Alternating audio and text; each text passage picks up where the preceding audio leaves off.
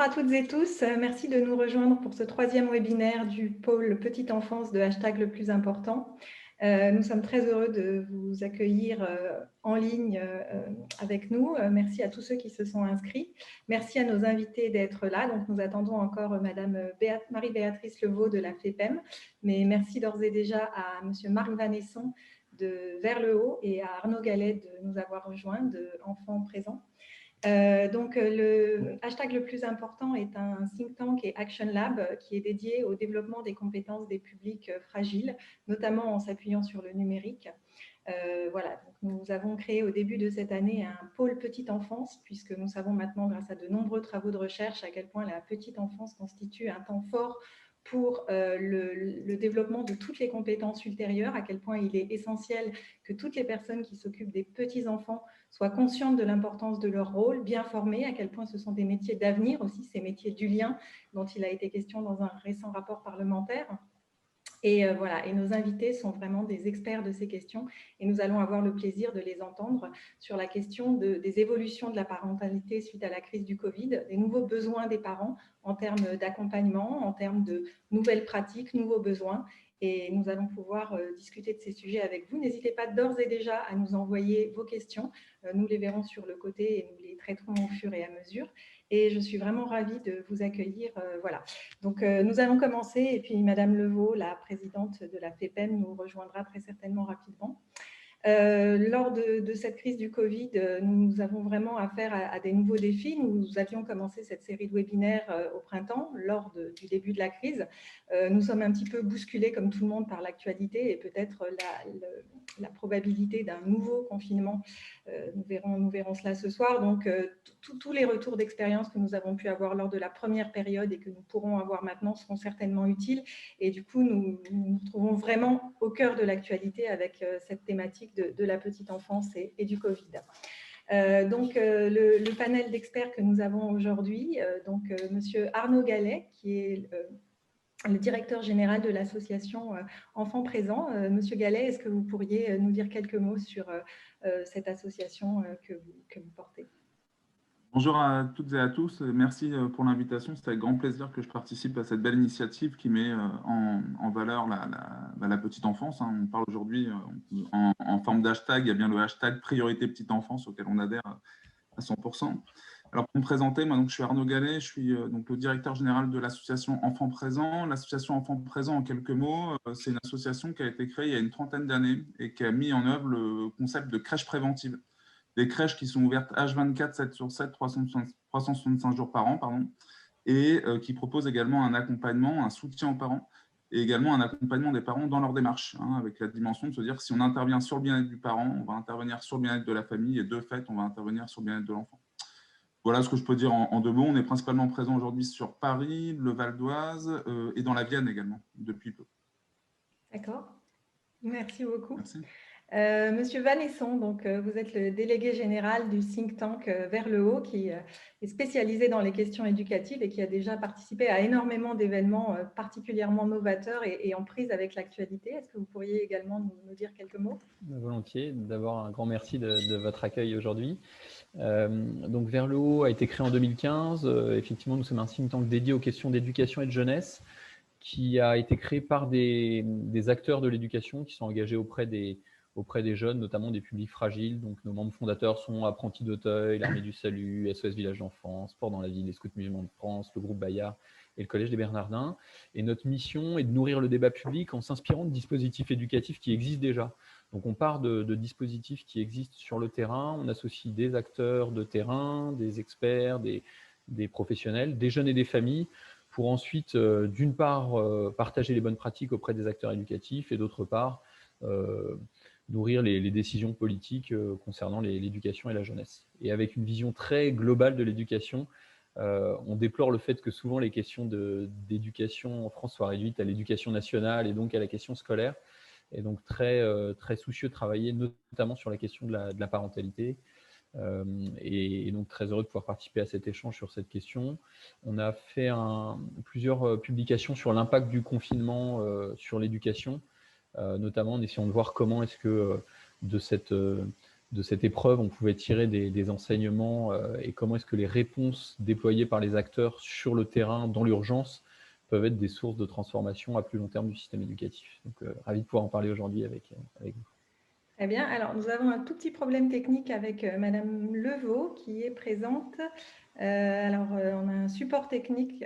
Voilà, Pierre, est-ce que tu pourrais éventuellement essayer de voir si on peut connecter Madame Levaux?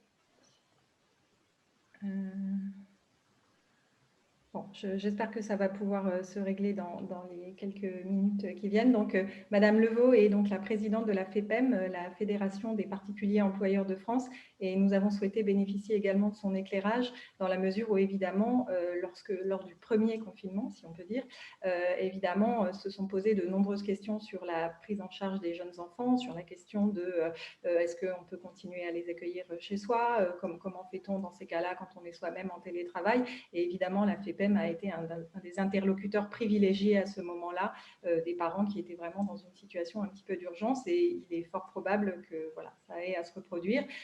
Et en même temps, voilà, de nouveaux besoins sont apparus dans les questions de garde d'enfants, peut-être de manière plus souple, plus flexible, des questions également sur la gestion émotionnelle de ces sujets, et c'est pour ça que nous allons avoir le plaisir de l'entendre très rapidement, j'espère. Du coup, on va avancer dans ce qu'on avait prévu. Les associations et d'une manière générale, tous les partenaires autour de la petite enfance que nous essayons de construire, comme disait M. Vanesson, l'idée est de sortir un petit peu de l'institution éducation nationale ou des institutions de petite enfance et de développer au maximum les partenariats et le travail collectif, puisque chacun a apporté son expertise dans cet objectif qui nous réunit tous du fait de son importance cruciale. Quelles ont été, Monsieur Gallet, les attentes qui vous sont remontées dans la place qui est la vôtre par rapport à voilà, ces besoins des parents qui sont peut-être apparus au moment de cette crise? Alors, peut-être pour répondre à cette question, moi, je reviendrai quand même sur la base même du confinement et l'affirmer en tant que tel. Je crois que c'est Boris Cyrulnik, il y a quelques jours, qui a été interviewé et qui le rappelait à juste titre en disant le confinement, déjà, c'est un traumatisme pour l'enfant, traumatisme pour les parents, traumatisme pour les familles. Et je pense que le mot est à prendre dans toute la mesure de sa sémantique, c'est-à-dire que on est bien dans quelque chose où déjà il y a un réel traumatisme. On regarde la situation un peu irréelle qu'on vit aujourd'hui en se disant bah, tiens, c'est quoi ce truc qui nous tombe sur le coin de la tête finalement qu'on n'avait pas du tout vu. Aucun d'entre nous n'avait prévu à un moment donné bah, tiens, un jour on serait masqué ou quoi que ce soit et qui plus est, on serait confiné. Donc il y a un réel impact et pour les enfants déjà au regard de leur développement, au regard aussi du traumatisme vécu mais par répercussion en se disant tiens, ils sentent leurs parents inquiets. Il y a un traumatisme pour les familles de fait et un traumatisme pour les parents. Alors, si je peux dire les choses ainsi, je dirais qu'il est même double, le traumatisme. Pourquoi? Parce que la vraie difficulté qui apparaît pour les parents, bien souvent, c'est déjà de pouvoir formuler en temps normal des difficultés. Parce que formuler « je suis en difficulté », ça peut éveiller une forme de soupçon. Et on voit bien que c'est toute la question aujourd'hui qui est posée en se disant comment est-ce qu'on va faire en sorte que la parole se libère sans que les parents se disent bah, tiens, il y a éventuellement un risque pour être comment dire, dans le système, par exemple, de l'aide sociale à l'enfance ou autre, etc. Il y a une certaine culture, en fait, par rapport à ça, que je nommerais, moi, sans peine, mais je pense avec force. Je pense qu'aujourd'hui, on est dans une culture de la protection de l'enfance négative. C'est-à-dire qu'on est dans quelque chose où finalement on parle souvent de l'enfance en danger, on parle peu de la protection de l'enfance positive, où on peut avoir un regard positif au sens où un enfant est vulnérable, donc c'est bien de pouvoir le protéger, et on doit le protéger, puisque c'est bien d'ailleurs. Et du coup, on doit entendre aussi la difficulté pour certains parents, qui est tout à fait normal, qu'on peut tous avoir, quel que soit notre niveau, mais c'est forcément des questions qu'on pose. Donc je dirais que le premier traumatisme, et la vraie difficulté, c'est celle-là. Alors, s'ajoutent encore d'autres difficultés, bien entendu, c'est-à-dire que quand vous rajoutez des personnes qui sont en situation de précarité, nous, on l'a bien vu pendant le confinement, on a mis en place donc, une ligne téléphonique, donc la plateforme STP, et on a eu énormément d'appels, on a été submergé d'appels parce qu'on était notamment en lien avec le SAMU social, avec les SIAO notamment, donc les plateformes de gestion des places d'hébergement, et on a eu des personnes qui n'avaient pas à manger. Alors, les personnes n'avaient pas à manger, vous ne pouvez pas donner d'ailleurs du lait à leur enfant, pas parce qu'en France, je pense qu'il n'y avait plus de système d'aide, mais parce qu'il y a eu un réel défaut de coordination et on voit bien que la place des acteurs entre eux a été complètement bousculée pendant cette période de confinement et ça a eu aussi un impact pour les familles directement Et encore une fois, je pense que les plus précaires, les plus fragiles, une fois de plus, ont payé le lourd tribut de ce défaut de coordination. Donc, un premier besoin, effectivement, qui émerge voilà, de davantage de coordination et de peut-être rationalisation d'un certain nombre de dispositifs d'aide pour qu'ils puissent atteindre, en fait, les personnes qui en ont besoin. Madame Levaux nous a rejoint, donc je vais lui… Merci, excusez-moi. Non, je vous en prie, voilà. Vous êtes là. J'ai eu des difficultés. Je vous voyais, je vous entendais, mais pas vous. Il n'y a pas de souci, on est très, très content de vous avoir. Du coup, voilà, Monsieur Gallet et Monsieur Vannesson se sont présentés. Est-ce que vous pourriez, donc on a déjà introduit bien entendu la FEDER, est-ce que vous pourriez en dire quelques mots également pour nos spectateurs? Alors, donc, je suis Marie-Béatrice Levaux, je suis présidente de la Fédération des particuliers employeurs de France. Alors aujourd'hui, il faut savoir que ça regroupe à la fois tous les emplois à domicile, qu'il s'agisse du domicile de l'employeur ou du domicile du salarié, puisque nous avons deux branches professionnelles, deux conventions collectives. La convention collective des assistants maternels du particulier employeur et la convention collective des salariés du particulier employeur qui, elle, intègre les gardes d'enfants à domicile. Actuellement, au niveau des chiffres, c'est 3 400 000 particuliers qui emploient environ 1 400 000 salariés en France aujourd'hui. Et le secteur de la petite enfance, c'est 1 100 000 parents employeurs, environ 380 000 assistants maternels actifs et à peu près environ 100 000 gardes d'enfants au domicile des parents, avec un angle de plus en plus important en termes de développement qui est la garde partagée. C'est-à-dire le fait que deux familles se mettent d'accord pour recruter la même personne avec des temps beaucoup plus longs et que la garde partagée est encadrée dans notre convention collective par un modèle, on va dire, de contrat de travail adapté. Donc ça, c'est l'environnement général du secteur et évidemment des enjeux très forts parce que depuis toujours, la convention collective des assistants maternels crée cette particularité d'une triangulaire entre un contrat de droit privé entre un salarié et un employeur et évidemment le rôle de l'enfant qui est au cœur, puisqu'il s'agit bien et donc tous les modèles, je dirais, d'accompagnement de la relation de travail se situent aussi, c'est la particularité de cette convention d'ailleurs, avec, je dirais, le troisième acteur, le majeur, qui est l'enfant et son bien-être et son accompagnement. Oui, donc ça, c'est mon environnement général. Et après, évidemment, on va vous confirmez ce qu'on a dit au début, c'est-à-dire l'importance essentielle en termes économiques du secteur, tant pour le nombre de personnes qui travaillent que pour la possibilité offerte à ses parents employeurs d'exercer eux-mêmes leur activité. À ce titre, vous avez été un des interlocuteurs des parents, on imagine bien, lors de l'annonce du premier confinement. Hein, on a entendu dans les médias… Et depuis ce matin, c'est… Voilà, absolument. On sait également à quel point le sujet revenait puissamment dans l'actualité. Justement, à cet égard, quelles ont été les principales questions ou les principales difficultés qui vous ont été remontées, qui constituent un des axes aussi des bouleversements de la parentalité liés à cette situation du Covid? Alors, je pense qu'on va les avoir parce qu'elles sont déjà… Je travaille depuis hier soir, donc je suis vraiment au cœur de l'actualité et des questions que vous posez. Je dirais on a plus de recul, évidemment, aujourd'hui qu'au mois de mars, néanmoins. Plusieurs choses. D'abord, je pense qu'à partir du moment où les jeunes actifs, puisque les parents, par essence, sont des jeunes actifs pour la plupart, se sont retrouvés en télétravail, il a été fort peu dit la difficulté qui a été relevée, évidemment, à la fois sur le côté de l'accompagnement scolaire, puisque beaucoup de familles ont exprimé leur difficulté à ne pas être finalement des professeurs et à reconnaître finalement la situation complexe de faire l'école à la maison et de pouvoir maintenir une activité professionnelle en ayant des petits à la maison, avec, je dirais, une approche sur la journée extrêmement complexe, puisque beaucoup de télétravail se fait en visio, en audioconférence, à l'écran, et que c'est pratiquement incompatible avec le fait d'avoir un petit enfant à la maison qui, lui, a besoin de soins permanents et de suivi permanent. Donc aujourd'hui, je suis en relation avec, évidemment, le gouvernement sur la question de l'activité des assistants maternels et de garde d'enfants pendant ce reconfinement. Il est évident aujourd'hui que lorsqu'un couple travaille et que les deux membres sont en télétravail, la question de l'accompagnement de l'enfant ne serait-ce que sur la partie sécuritaire, hein, au tout début. Puis après, on a d'autres sujets, la partie accompagnement éducatif, éveil, etc.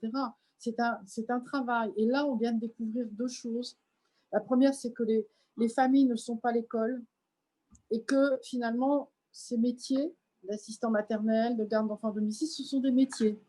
Et que peut-être que nos mamans plus âgées avaient plus compris cela quand nous étions dans une période du XXe siècle où les femmes travaillaient moins. Aujourd'hui, on est dans une équité au niveau de l'activité professionnelle. En tout cas, on essaie d'y aller, que la notion de genre par rapport à tous ces sujets, elle est prégnante, qu'on a encore évidemment 92% de nos professionnels qui sont des femmes, et finalement, ce sont des femmes qui accompagnent des femmes. Mais les deux travaillent.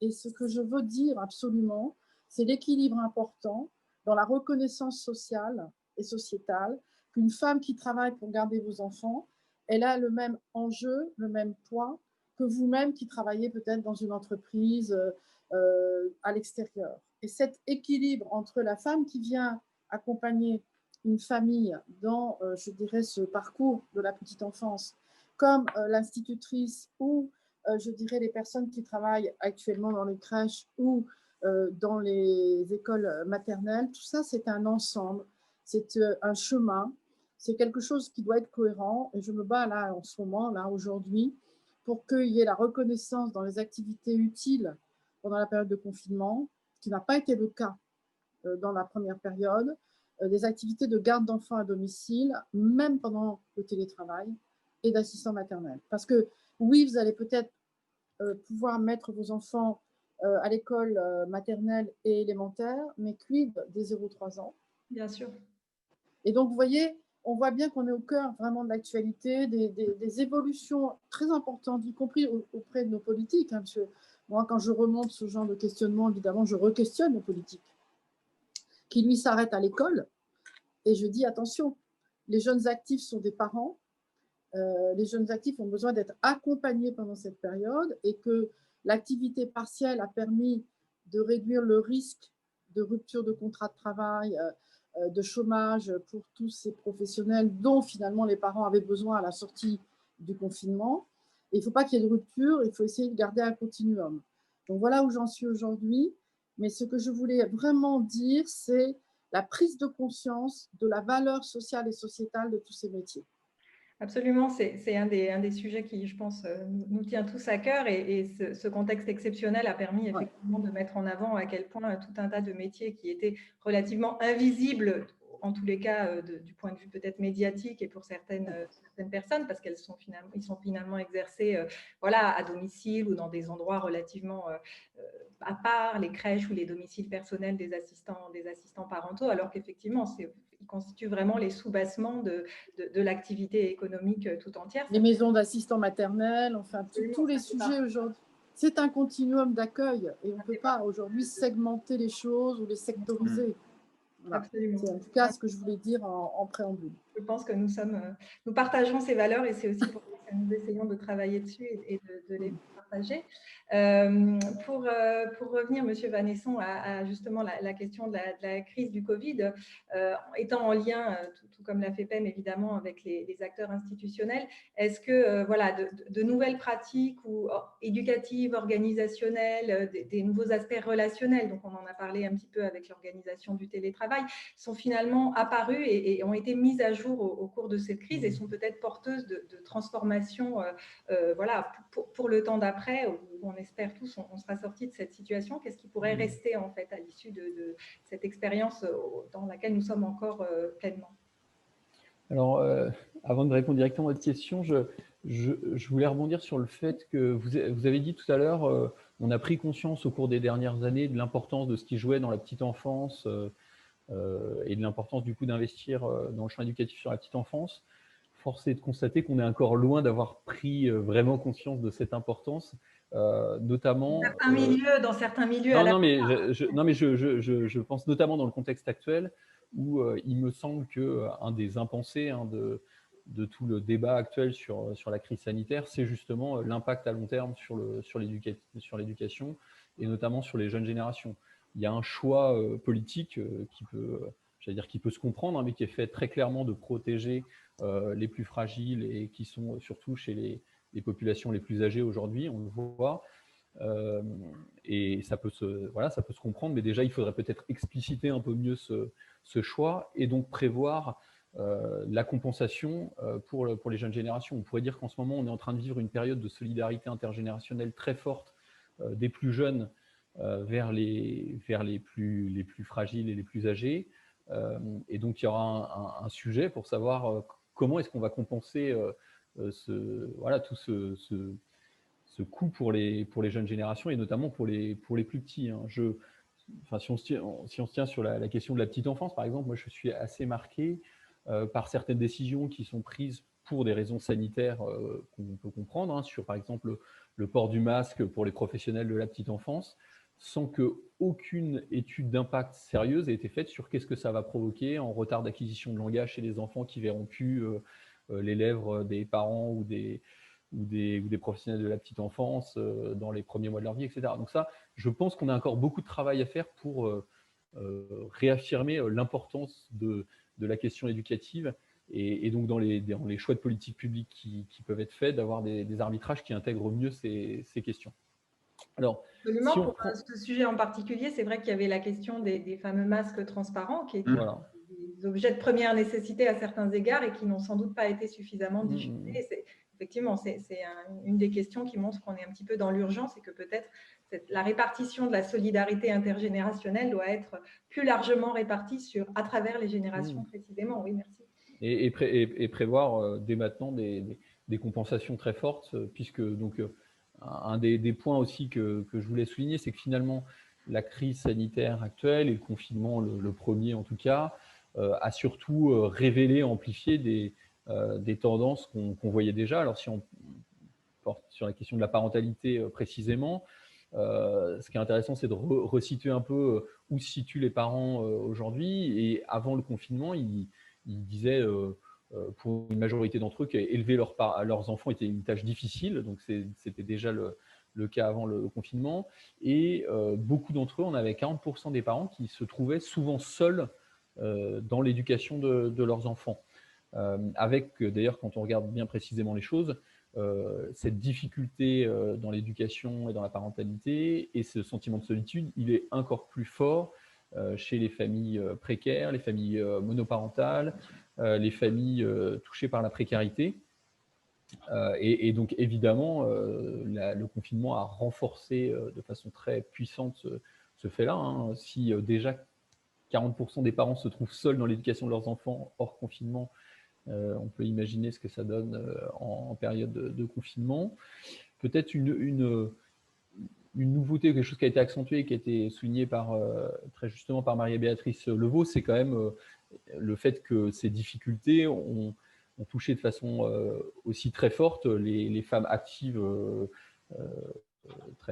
particulièrement, parce qu'il faut dire les choses. Sont rentrées à la maison. Sur la répartition des tâches, toutes les répartitions des tâches restent encore assez genrées. Ça d'ailleurs c'est assez intéressant parce qu'il y a des études qui portent sur le temps parental qui s'occupe des enfants.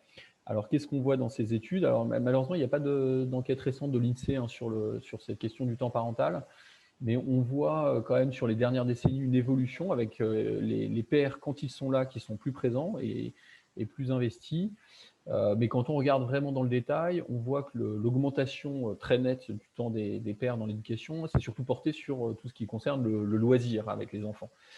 C'est plus amusant en même temps. Hein, c'est bien, et c'est mieux que rien, mais on sait que sur les tâches domestiques, de soutien scolaire, appui, c'est plus souvent les femmes, et que pour les femmes actives, ça a été un défi particulièrement complexe pendant cette crise. Alors sur la question justement des évolutions structurelles que ça peut produire, il y a peut-être un premier point, c'est un aveu d'humilité de l'État qui est obligé de reconnaître qu'il ne peut pas faire sans les familles. Or, on sait que dans la vision de l'État éducateur en France, on a souvent l'idée que les politiques éducatives vont venir compenser une défaillance des familles. Et c'est un peu comme ça que s'est construite l'école républicaine, avec l'idée qu'on va créer un citoyen autonome, etc., qui va être un peu arraché de ces déterminismes familiaux. Et donc, souvent, les institutions éducatives en France se construisent sans les familles, voire un peu contre elles. Alors, si on prend la question de la protection de l'enfance qu'évoquait très justement Arnaud Gallet, ça fait partie des vrais questionnements. Donc, on voit que là, on a été obligé de penser les choses différemment, de reconnaître la contribution majeure des familles. Et ça, on peut espérer que ça va se prolonger. Et même sur les questions de petite enfance, je suis toujours marqué par comment la France a acclimaté les travaux de James Heckman, le prix Nobel d'économie américain, qui a fait la démonstration à l'anglo-saxonne avec des taux de retour sur investissement sur la longue période qu'on peut parfois critiquer ou contester, mais qui sont quand même intéressants, où il dit qu'investir $1 sur la petite enfance est plus rentable, entre guillemets, pour la société que plus tard. Et dans le débat public français, très souvent, ces travaux étaient acclimatés avec l'idée qu'il fallait renforcer des dispositifs de socialisation ou voire de scolarisation le plus tôt possible. Et c'est intéressant, hein, c'est des politiques qui sont intéressantes, d'ouvrir des places en crèche, notamment pour les enfants de familles pauvres. On utilise souvent chiffre en disant qu'il y a 5% des enfants de familles pauvres en France qui sont en crèche, contre, je crois, 26% des enfants de CSP+, donc essayer d'ouvrir des places en crèche, de faire de la préscolarisation. Donc, enfin, très, très, très bien, hein, il faut aller dans cette direction. Mais on a peu développé en France toute une partie des travaux de James Heckman qui portent, eux, sur le renforcement des compétences parentales. Et James Heckman faisait notamment la démonstration du fait que c'était sans doute la meilleure façon de lutter contre les inégalités sociales. Pourquoi? Parce que ça permet de travailler vraiment dès la naissance, voire maintenant, voire avant la naissance. Alors, tous les travaux de la commission 1000 jours là, de Boris Cyrulnik ont poussé dans ce domaine, donc on peut y aller. Il y a encore beaucoup de marge de manœuvre possible avec cette idée, comment est-ce que on renforce les compétences parentales sur tout un tas de domaines. Et on voit, hélas, avec les périodes de confinement, que c'est une question essentielle pour pas que l'écart qui se creuse, quoi qu'il arrive, dans des périodes où il n'y a plus d'encadrement éducatif, soit encore plus large à la fin du confinement.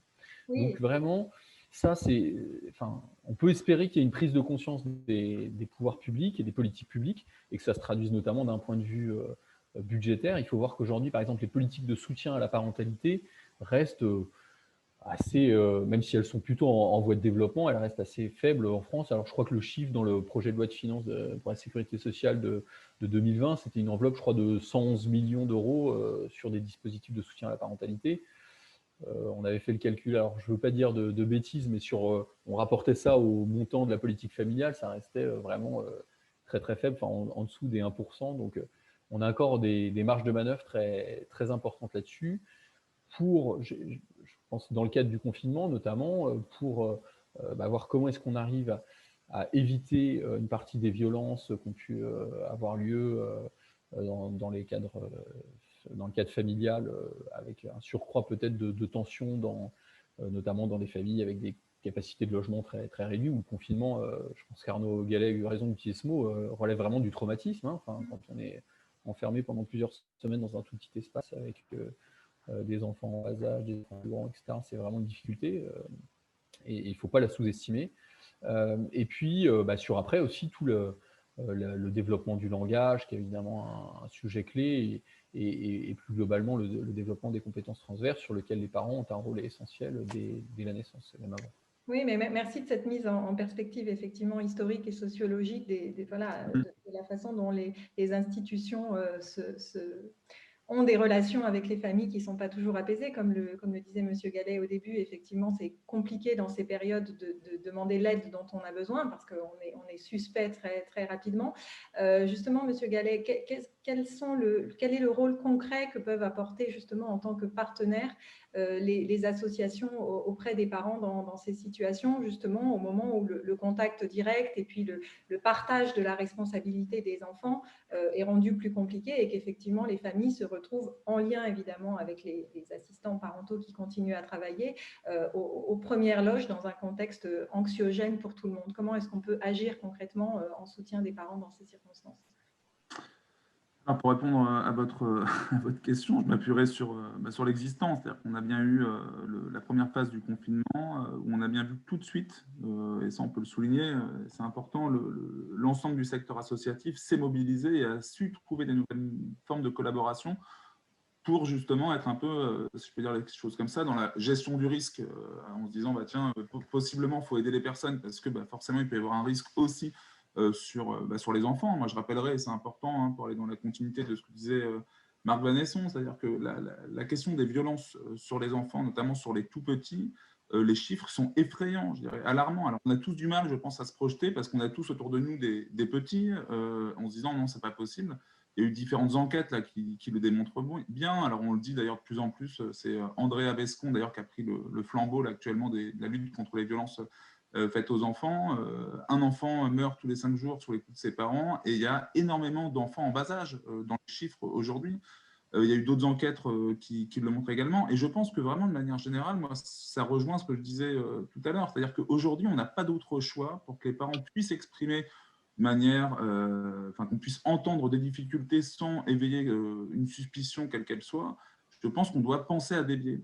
Et je pense que penser à des biais, c'est aussi valoriser ce qu'on a. C'est pas forcément, on parlait tout à l'heure d'ailleurs du rapport sur les 1000 premiers jours, qui est très bien, qu'on peut que souligner, je dirais aujourd'hui, mais je pense que là encore, il montre, à mon sens, des réels défauts de coordination. Je m'explique, c'est-à-dire qu'aujourd'hui, il s'agirait aussi de valoriser ce qu'on a entre les mains. Vous voyez, pourquoi parler, à mon sens, d'une maison, par exemple, des 1000 premiers jours, là où vous avez un rapport Perron qui avait été fait il n'y a pas si longtemps non plus, juste avant les 1000 premiers jours, et qui montrait bien qu'on a quand même la PMI, qui est un système exceptionnel, je dirais, en France, qui manque cruellement de moyens et qui aurait besoin, au bout d'un moment, et qui est dans ce rôle de coordination essentiel sur les territoires. Quand les choses fonctionnent bien, il y a de très belles choses qui sont faites.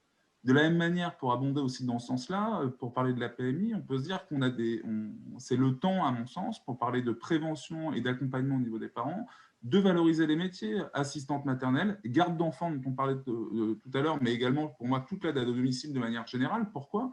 Parce que ce sont des personnes qui vont avoir des liens de confiance essentiels pour qu'il y ait un dialogue qui s'opère sans... en toute liberté justement avec les personnes, et pour pouvoir justement pouvoir répondre au plus près aux besoins des parents. Nous, c'est ce qu'on fait à Enfants Présents. Enfants Présents, les assistantes maternelles et familiales qu'on embauche directement dans nos crèches familiales sont des personnes de proximité qui accueillent au domicile les familles et qui vont répondre aux premiers besoins essentiels. Et on est pour une valorisation, pour moi, elle est essentielle. Elle n'est pas que financière d'ailleurs, parce que quand on parle de valorisation, on parle de valorisation financière, bien entendu, mais je pense que c'est juste au niveau du travail qui est effectué. Je dirais, il y a des conseils précieux qui sont transmis, et aujourd'hui, c'est limité à une forme de garde. Pour aller même sur la dimension, pour moi, des gardes d'enfants qui m'intéresse grandement, même si on ne recrute pas, nous, directement de gardes d'enfants, parce qu'il y a cette question des crèches, je pense qu'aujourd'hui, il y a une ineptie, si je peux dire les choses comme ça. C'est-à-dire qu'on voit bien que pourquoi les gardes d'enfants ne relèveraient pas aussi, tout comme les assistantes maternelles, par exemple, ou assistantes familiales, de la PMI. Je pense qu'il y a quelque chose pour qu'on soit en capacité, à mon sens, au bout d'un moment, d'accompagner et de proposer au moins qu'il y ait certaines réponses qui soient apportées par la PMI directement. Excusez-moi, Madame Levaux voulait réagir, je crois. Je pense qu'on a des débats organisationnels qui sont à mener, d'où l'intérêt de vous rencontrer. Bien sûr. Oui, il y a deux choses. La première, je voudrais revenir sur le premier intervenant et revenir sur la notion de compétence. Je pense qu'aujourd'hui, les générations actuelles rentrent dans une complexité plus importante que certainement les générations précédentes. Et dans cette complexité, il y a effectivement ce que moi j'appelle les compétences à domicile. C'est pour ça qu'on a à la fois créé la fondation du domicile et l'université du domicile. Et on est en train de travailler actuellement à la fois sur la répartition des activités genrées au sein du domicile avec toute cette complexité des temps Et donc, nous faisons des travaux et on devrait sortir assez vite maintenant sur une étude très approfondie par rapport à ça. Donc, c'est vrai que la question du genre reste prégnante. Bien. La deuxième concerne effectivement globalement les compétences. Être employeur aujourd'hui, quand on est un jeune parent de 30 ans, ce n'est pas son sujet. Son sujet, c'est est-ce que mon enfant va être bien, est-ce que, je dirais, la relation va bien s'établir, etc. Ça, c'est la deuxième chose, c'est-à-dire qu'aujourd'hui, il faut aussi accompagner les jeunes adultes dans cette relation nouvelle qu'un Français sur 4 va être ou devient ou sera particulier employeur à domicile. Je veux dire, aujourd'hui, on est à la fois dans des confusions très fortes et puis aussi dans des oppositions. C'est-à-dire qu'on a toujours besoin que l'État se mêle de tout. Moi, je suis profondément dans une approche de contribution équilibrée entre la société civile qui s'organise et les politiques publiques. Moi, je n'ai pas besoin d'avoir une PMI qui vienne à mon domicile privé pour m'expliquer que ma garde d'enfants serait bien ou pas bien. Ça, alors là, je suis profondément contre. C'est un sujet sur lequel j'ai beaucoup travaillé. Je dirais cette idée qu'il faut toujours des instances extérieures pour valider la capacité de 2 personnes à pouvoir créer un contrat de travail de droit privé et à installer une relation de confiance qui doit aussi s'inscrire dans des compétences partagées, aussi bien du côté du professionnel, et on en fait beaucoup, puisqu'on fait en 70 000 salariés par an, que du côté des nouvelles compétences des parents, mais je dirais des adultes en règle générale. Donc, vouloir que la PMI, qui a déjà bien des difficultés, à ne pas se refermer dans des dispositifs extrêmement verticaux, on le sent bien, les assistants maternels nous alertent, on a eu quand même beaucoup de départements dans lesquels les PMI étaient absentes pendant le confinement, et d'autres au contraire où elles ont créé des dispositifs importants. Je pense plus à l'importance des relais assistants maternels qui sont aujourd'hui devenus des relais petite enfance, mais où on voit bien que les gardes d'enfants à domicile ont bien du mal à pouvoir finalement intégrer ces relais. Il faut savoir que très nombreux relais assistants maternels ont été fermés pendant le confinement. Donc on voit bien qu'on a à la fois des outils possibles, qu'on a toujours tendance à en rajouter un peu plus, et on a toujours envie finalement de cette verticalité étatique dans tous les angles et les coins de la vie privée. Moi, je suis plus, je dirais, équilibrée. Je fais très attention aussi à cette manière de faire, parce que je pense qu'à force de demander que l'État gère tout, d'abord l'État gère trop. Et puis, je reste complètement, profondément convaincue qu'il faut maintenant améliorer sur les territoires la contribution de la société civile à tous ces nouveaux modèles qui sont en train d'émerger dans une transition qui est à la fois démographique, ne l'oublions pas, écologique et évidemment numérique. Donc tout ça doit nous aider à améliorer certainement les sujets que vous avez ouverts. Voilà pourquoi j'ai réagi. Oui, merci. On voit bien qu'effectivement, cette question des équilibres à trouver à tous égards, aussi bien au domicile entre les contributions des parents, entre effectivement les pouvoirs publics, les particuliers employeurs, les différentes structures qui existent déjà effectivement avec toujours ce risque de vouloir en rajouter et de ne pas forcément utiliser les structures et les personnels et les outils qui existent déjà demandent un travail de mise en perspective assez complexe et qui est particulièrement mis sous tension probablement lors des situations de crise comme celle-là, avec, ça je crois que ça a été dit et soulevé, une très grande hétérogénéité dans les initiatives qui se sont poursuivies, les lieux qui sont restés ouverts ou fermés et ceux qui vont rester encore effectivement ouverts ou fermés si on va effectivement vers on y va. Qui est mis en œuvre effectivement par rapport à ça. De point de vue, effectivement. Pardon. Je ne sais pas si je peux réagir, parce que mon propos n'était pas forcément de dire qu'il faut appliquer, si vous voulez, ce qu'on applique aux assistantes maternelles et de l'appliquer aux gardes d'enfants. Je pense que ce n'est pas ça mon propos. Mon propos, c'est surtout de dire que on a aujourd'hui des PMI qui sont des réelles ressources au niveau de la petite enfance. Et il faudrait qu'on puisse, au bout d'un moment, que les gardes d'enfants puissent aussi en bénéficier, à mon sens, au même titre que les assistantes maternelles. Je ne dis pas dans le suivi, par exemple, comme vous le dites, Madame Levaux, sur une dimension, par exemple, de se rendre au domicile pour vérifier si toutes les questions de sécurité sont par exemple, réunies, etc. Ce n'est pas dans ce sens-là, parce que je pense qu'il ne faudrait pas effectivement qu'on arrive à ce niveau-là, mais au moins en termes de ressources et de soutien qu'il peut y avoir pour répondre à différentes questions, moi, ça me semblerait quand même quelque chose qui me semblerait important au regard… C'est le rôle des RAM. Oui, tout à fait. Et le rôle des RAM, bien sûr. Qu'on a appelé, qui sont loin d'être aboutis en termes de capacité à travailler sur l'échange de pratiques, à essayer de professionnaliser. Voilà, je pense que ça, c'est important. Et en même temps, voilà, la PMI aujourd'hui dépend du conseil départemental. On a donc autant, je dirais, de PMI, et quand on change de... Moi, je dis souvent dans ce pays, quand on change de département, on change de pays. C'est-à-dire qu'on a cette problématique globale, et on le voit aussi bien sur le vieillissement que sur la petite enfance, parce que c'est vrai que le rôle des conseils départementaux est un rôle prégnant et important, mais il faudrait une logique de socle qui soit un peu plus universalisée et qui permette de travailler, je dirais, sans avoir toutes ces contraintes. Hein, un agrément d'assistant maternel, ça tombe si vous passez la frontière.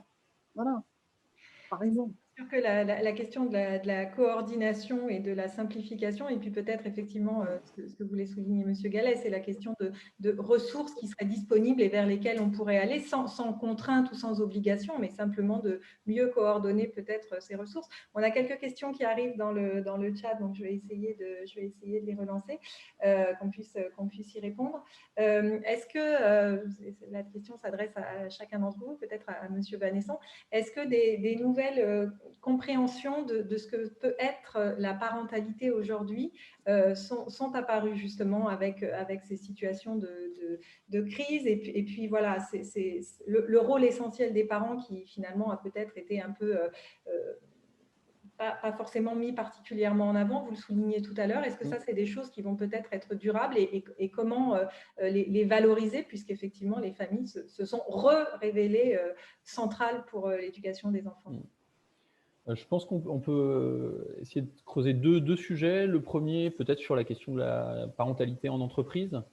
C'est vrai qu'un certain nombre d'entreprises avec le télétravail sans école ni crèche, etc., ont découvert que leurs salariés pouvaient aussi être des parents et qu'elles avaient je dis elles parce que c'est souvent les femmes encore une fois, mais ça concernait aussi les hommes, qu'il y a cet enjeu-là. Et donc, on a vu des entreprises adopter une grande souplesse dans leurs attentes parce qu'elles n'avaient pas le choix.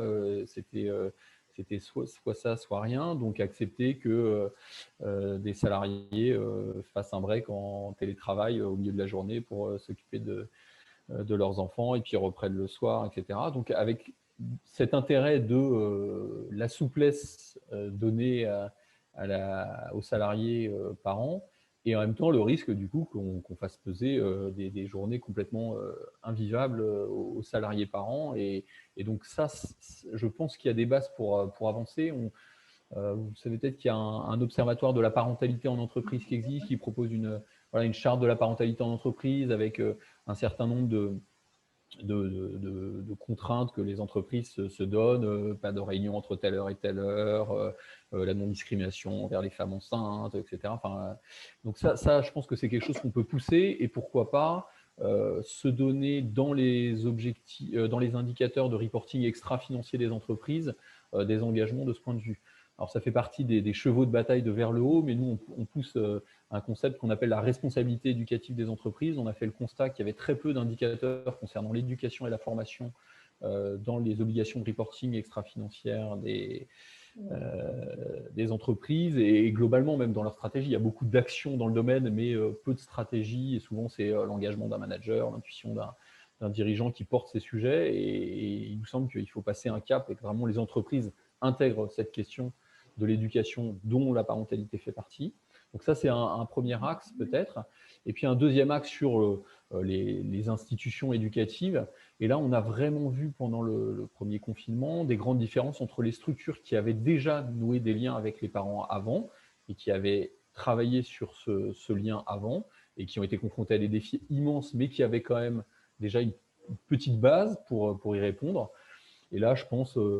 par exemple, il y a un dispositif qui s'appelle Maison des familles, qui est porté par Apprentis d'Auteuil, qui vise notamment à mettre en relation les parents, souvent des femmes seules, dont une bonne partie de femmes issues du milieu populaire et notamment issues de l'immigration, qui peuvent être très, très isolées, et donc qui organisent des groupes de parents, d'échanges, de pratiques entre les parents. Et pendant le confinement, par exemple, ces groupes ont continué notamment avec WhatsApp, et c'était nouveau, et ça a permis à des liens qui se passaient dans l'institution de se prolonger au-delà, et ça, c'est des choses intéressantes. Et de même, dans le champ des crèches ou des écoles maternelles ou plus largement, les structures qui avaient déjà travaillé sur ce lien avec les familles, sur le soutien à la parentalité, ont été beaucoup plus réactives et ont pu, lorsqu'elles le souhaitaient, garder un suivi, s'assurer que les parents tenaient le choc, qu'il n'y avait pas des besoins. Donc ça, il me semble que c'est vraiment des enseignements qu'il faut qu'on garde, l'importance de créer ce lien, évidemment pour être résilient quand il y a des crises, mais même plus globalement, parce que beaucoup de travaux montrent que l'implication des parents a un effet démultiplicateur sur ce qui se vit juste dans le temps de la structure. Oui, on pourra regarder effectivement un certain nombre de nouvelles pratiques qui sont apparues avec l'extension de l'usage d'un certain nombre d'outils pour essayer de suppléer, en tous les cas, la distanciation qui est nécessaire par rapport à ça. Peut-être une question pour Monsieur Gallet, justement, qui vient de notre chat. Comment on pourrait justement améliorer encore cette question de la prévention des violences envers les petits-enfants dans un contexte aussi tendu que celui-là, parce que vous soulignez les chiffres tout à l'heure qui sont effectivement absolument effrayants. Est-ce qu'on a des outils concrets qui n'auraient pas encore été mis en œuvre dans cette démarche de prévention, notamment pour les tout petits enfants? Et on sait bien que voilà, être confiné avec des tout petits enfants, c'est pénible pour les parents, pour les enfants, et encore plus pour les parents fragilisés. Qu'est-ce qui pourrait encore être fait qui n'a pas été fait?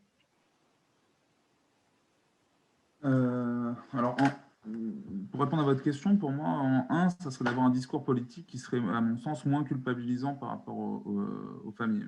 Je vais le dire de cette manière-là, de manière un peu brute, mais on voit bien que ça faisait partie nous, des échanges qu'on avait pu avoir d'ailleurs avec le secrétaire d'État, donc Adrien Taquet, où il y avait eu, à juste titre, bien évidemment, une grande campagne lancée au niveau du 119, ce qui est extrêmement important, hein, bien entendu. Les enfants en danger sont à protéger, donc il faut agir, bien évidemment, on n'a pas le choix. D'ailleurs, il n'y a pas que le 119, hein, moi je le rappelle, c'est bien souvent d'ailleurs le 17 qu'il y a à faire quand on a certains doutes, mais on peut également appeler le 119. Après, la vraie difficulté, c'est que je pense qu'il faut tenir un discours et l'affirmer en tant que tel.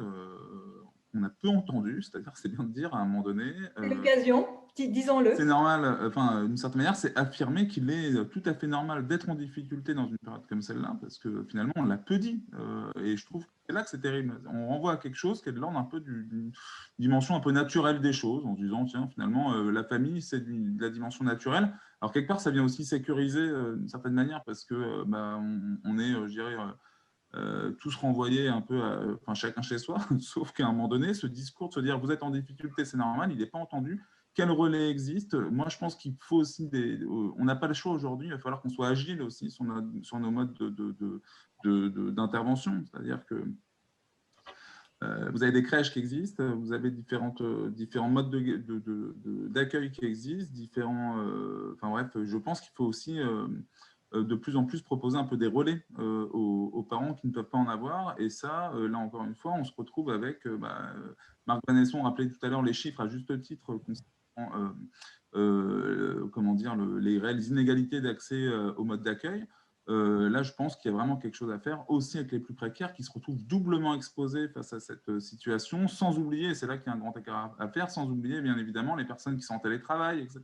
Et il y a vraiment, je pense, des ressources. Le défaut, à mon sens, qu'on a eu, c'est un vrai défaut de coordination. Hein. Moi, je le redis, je pense qu'il y a plein de choses qui existent en France. C'est pour ça que je trouve ça un peu compliqué d'entendre par moments, c'est vrai qu'on entend de crise.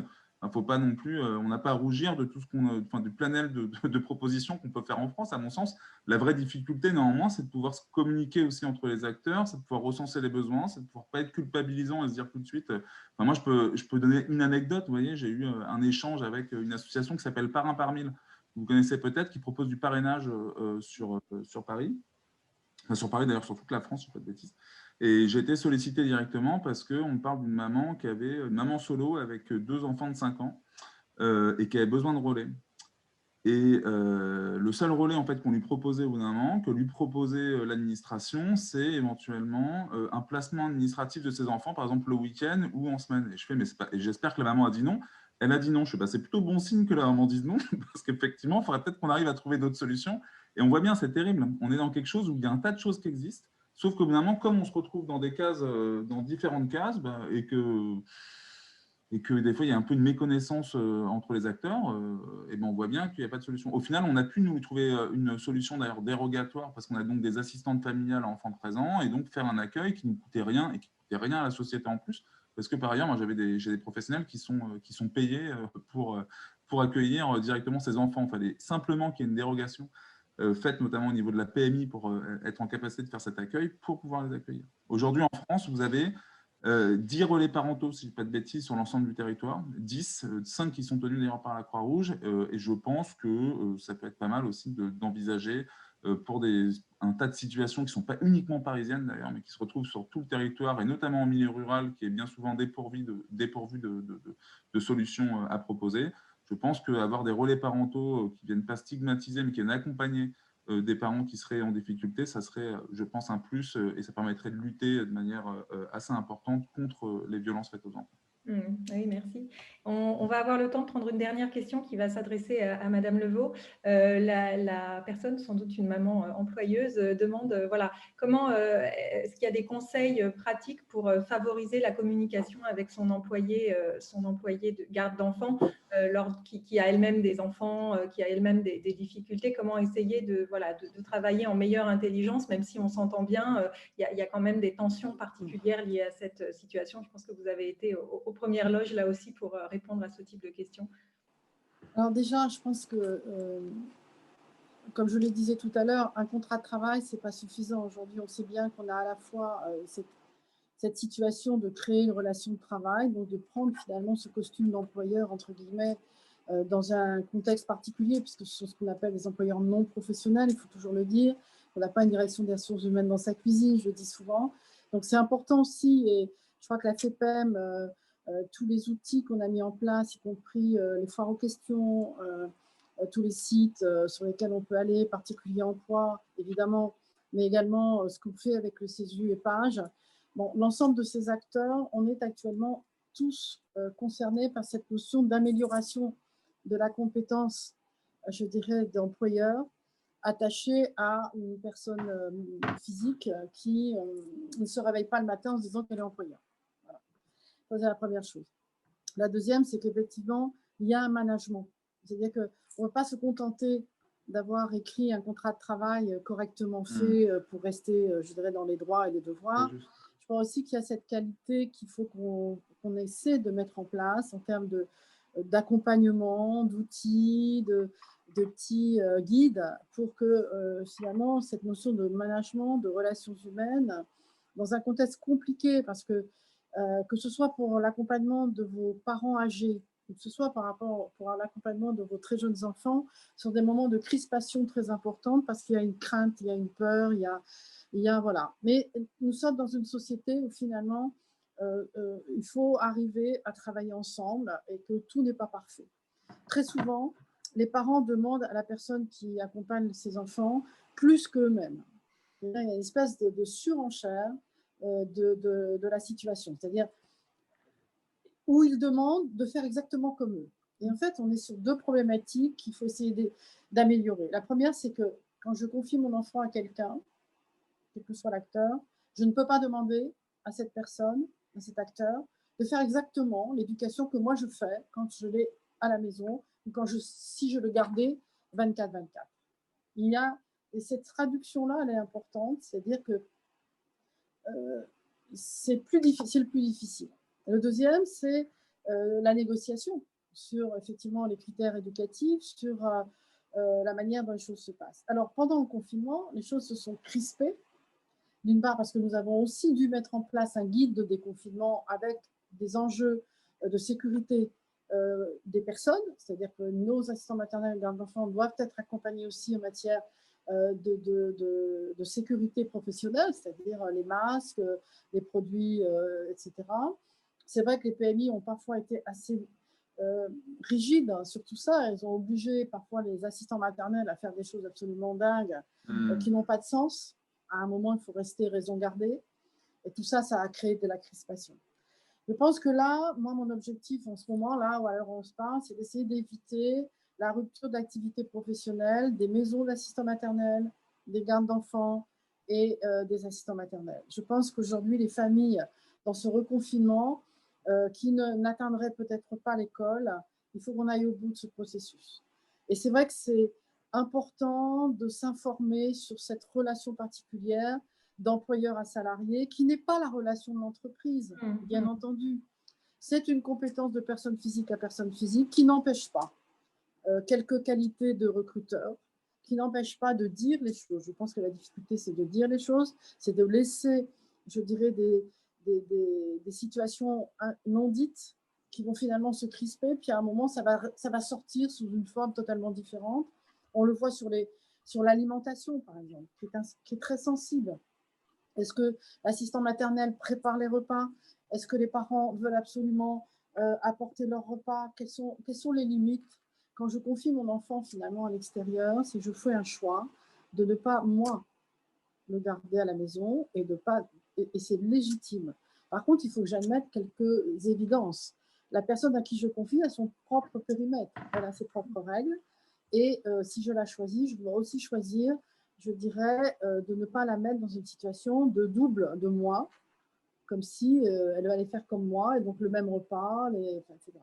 Donc je pense que ça c'est important, et c'est ce que j'appelle la compétence d'employeur. Et cette compétence d'employeur, on la prend justement au moment de la garde des enfants. Et après, on va la garder tout au long de la vie. Oui, merci. Ça consiste dans le dialogue, dans l'échange et dans la reconnaissance de la compétence de la personne à qui on confie ses enfants. Et des deux compétences, finalement. Et je pense qu'aujourd'hui, on a un petit décalage entre la compétence des professionnels qui s'est améliorée, hein, on le voit bien avec tout l'apport, je dirais, à la fois des branches professionnelles, des PMI, etc. Et par contre, je trouve que dans les générations qui ont aujourd'hui ces besoins, il faut vraiment les accompagner dans non pas que le contrat de travail, que la partie juridique des droits et devoirs, mais également dans les bonnes pratiques de la relation d'emploi. Si ce n'est pas une relation de travail, au sens strict du terme, c'est une relation d'emploi, avec cet enfant au milieu ou cette personne vieillissante qui est accompagnée. Et ça demande un parcours. Et c'est ce qu'on essaie de mettre en place à travers tous les outils d'accompagnement qu'on peut avoir sur nos sites. Et je pense que professionnaliser l'employeur, c'est l'enjeu, en tout cas, sur lequel nous, on s'engage, parce qu'on a aussi besoin de ça. Et ça rejoint, je dirais, les interventions de mes deux collègues du moment. Voilà. Oui, merci. Je pense que l'accompagnement restera le mot que vous aurez. La compétence et l'accompagnement. La compétence et l'accompagnement, absolument, les deux mots. De la même manière, Monsieur Vanesson, est-ce que vous avez deux mots à nous donner pour les dernières minutes qui restent dans voilà, ce qui pourrait être un conseil ou un souhait dans cette période qui s'annonce? Alors peut-être un souhait qu'on utilise au maximum les médias, notamment les médias publics, pendant cette nouvelle période de confinement, si elle arrive, pour épauler les parents, leur donner de l'information. Je suis très sensible à ce que dit Arnaud Gallet sur l'importance de dédramatiser, de déculpabiliser, de banaliser le fait qu'on a besoin d'aide quand on est parent. Ça, c'est vraiment un enjeu culturel très très fort pour que les parents qui sont en difficulté osent dire que c'est difficile, osent en parler, trouver du soutien. Pendant le premier confinement, il y avait quand même eu beaucoup de dispositifs et de contenus éducatifs qui ciblaient les jeunes, et c'était bien. Je pense qu'il faudrait avoir le même effort sur produire des contenus pour les adultes. Au passage, d'ailleurs, c'est quand même assez hallucinant le peu d'émissions consacrées à ces sujets sur le service public en France. Il y a l'émission Les Maternelles, mais qui cible, alors pour le coup, la petite enfance, mais on a besoin de diffuser. On va négocier avec France Télé pour diffuser cette vidéo. C'est ça. Non, mais ceci dit, nous, on leur a plusieurs fois fait la remarque, et leur discours, c'est de dire que ça ne fait pas d'audience, l'éducation, alors que je pense que ça fait partie des missions de service public vraiment très fort. Et donc, donner des clés, et notamment peut-être sur un sujet, peut-être pour juste finir, sur la question du numérique. On sait que voilà, les parents et les familles, ça a été un impact du confinement, et qui est obligé peut-être de faire tomber certaines de leurs préventions parce qu'elles n'avaient pas le choix. Et donc, certains enfants, même dès le plus jeune âge, ont été exposés de façon très intensive au numérique. Là au-dessus, il ne s'agit pas de culpabiliser les parents, on fait ce qu'on peut, comme on peut, dans les conditions qu'il y a, mais quand même de donner de l'information aux parents sur l'usage du numérique, et peut-être responsabiliser les producteurs de contenu numérique pour que le numérique ne soit pas un instrument qui enferme les enfants, comme c'est un peu trop le cas, hélas, bien souvent, mais que ça puisse être un support pour le dialogue avec les parents. Quel contenu éducatif pour que ça devienne un instrument de relation parent-enfant et aussi un instrument pour aider les enfants à passer de l'écran au réel, à la manipulation et garder vraiment ce souci malgré les difficultés de tirer le meilleur parti de ces usages qui ont un potentiel puissant à tous égards. Oui. Monsieur Gallet, un dernier mot sur voilà, un souhait pour l'avenir?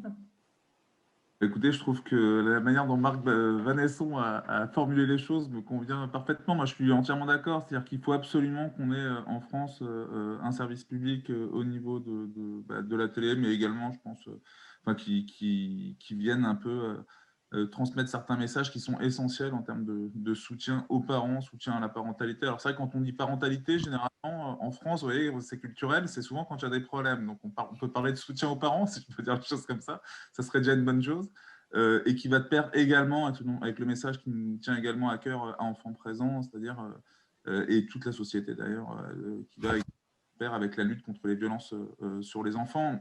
Juste par rapport à ça, on voit bien que là où il y a un vrai chantier à faire, vous voyez, nous, on est en capacité à Enfants Présents de dire de dénombrer le nombre de situations de violences intrafamiliales et notamment sur des questions des violences conjugales. Violences conjugales en France, moi je le rappelle et je le dirai un peu en mots de latin, puisque vous me le permettez, c'est 40% des violences conjugales qui commencent pendant la grossesse, 40%, et 95% d'entre elles qui se poursuivent après.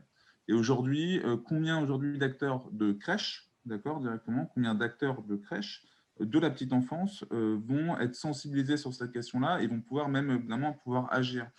Nous, Enfants Présents, on dénombre. Je ne suis pas convaincu, au regard de la connaissance que je peux avoir d'autres gestionnaires, par exemple, de crèches, je ne suis pas convaincu que ce soit dans la culture. Et je pense qu'il faut l'impulser, en fait, la culture. C'est-à-dire qu'au bout d'un moment, il y a des choses qu'on peut très bien aussi venir, en tant qu'État, demander par rapport à ça. Et je pense que c'est une réelle nécessité. Les deux vont de pair, réellement. Il y a et la dimension de soutien et la dimension de protection. Et c'est pour ça que nous, au niveau associatif, on est à l'initiative du collectif Prévenir et Protéger, qui permet, à mon sens, de réunir les deux pour être en capacité d'avancer, de faire grandir l'enfant et les adultes dans la société. Un très grand merci à tous les trois pour merci à vous.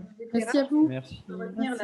Retenir la question de l'importance de reconnaître tous, et en particulier dans ces périodes de crise, notre vulnérabilité commune. Et c'est un sujet qui doit être partagé et échangé pour bénéficier de l'aide des uns des autres, de s'appuyer sur toutes les ressources qui existent déjà et d'oser aller les solliciter dans un équilibre et un partenariat qui se construit, mais qui est probablement toujours à construire, et puis de maintenir et de renforcer autant que possible, avec l'aide des nouveaux outils notamment, ces liens qu'il va falloir continuer à créer, en gardant au centre de nos préoccupations ceux qui finalement, on parle de parler, mais ceux qui commencent tout juste à parler, les 0-3 ans, et qui sont aussi voilà, notre avenir et qu'il ne faut pas oublier, même si leurs voix sont portées par leurs parents, parfois en difficulté, par leurs assistants parentaux, par leurs responsables de crèche, par les responsables d'associations. C'est aussi le message qu'on essaye de porter, nous, dans ce pôle petite enfance le plus important, et on a essayé de se faire peut-être les porte-paroles des jeunes enfants et de ceux qui les aiment et qui sont attentifs à eux. Merci à tous. Donc, je vous invite Merci à vous, vraiment. à revoir et courage pour la période qui s'ouvre, c'est pas facile. Cet échange qui sera courage à toutes et tous. N'hésitez pas aussi à aller consulter les sites internet des institutions et associations présentées par nos invités, qui sont pleins de ressources, d'informations, la FEPEM vers le haut, Enfants Présents, avec des informations, enfin voilà, qui avant d'être disponibles sur les chaînes sont disponibles en tous les cas sur Internet. Merci. Et on a le plaisir de vous inviter à notre prochain webinaire, donc le mercredi 18 novembre à 11h30, où on essaiera de faire une synthèse sur les besoins, justement, Madame Levaux en parlait, de formation et des nouvelles compétences pour tous les acteurs de la petite enfance. Donc, Monsieur Gallet, Monsieur Vanesson et Madame Levaux, merci beaucoup à vous. Merci à vous. Merci bien. Bon courage. Au revoir. Merci beaucoup. Au revoir. Au revoir. Au revoir.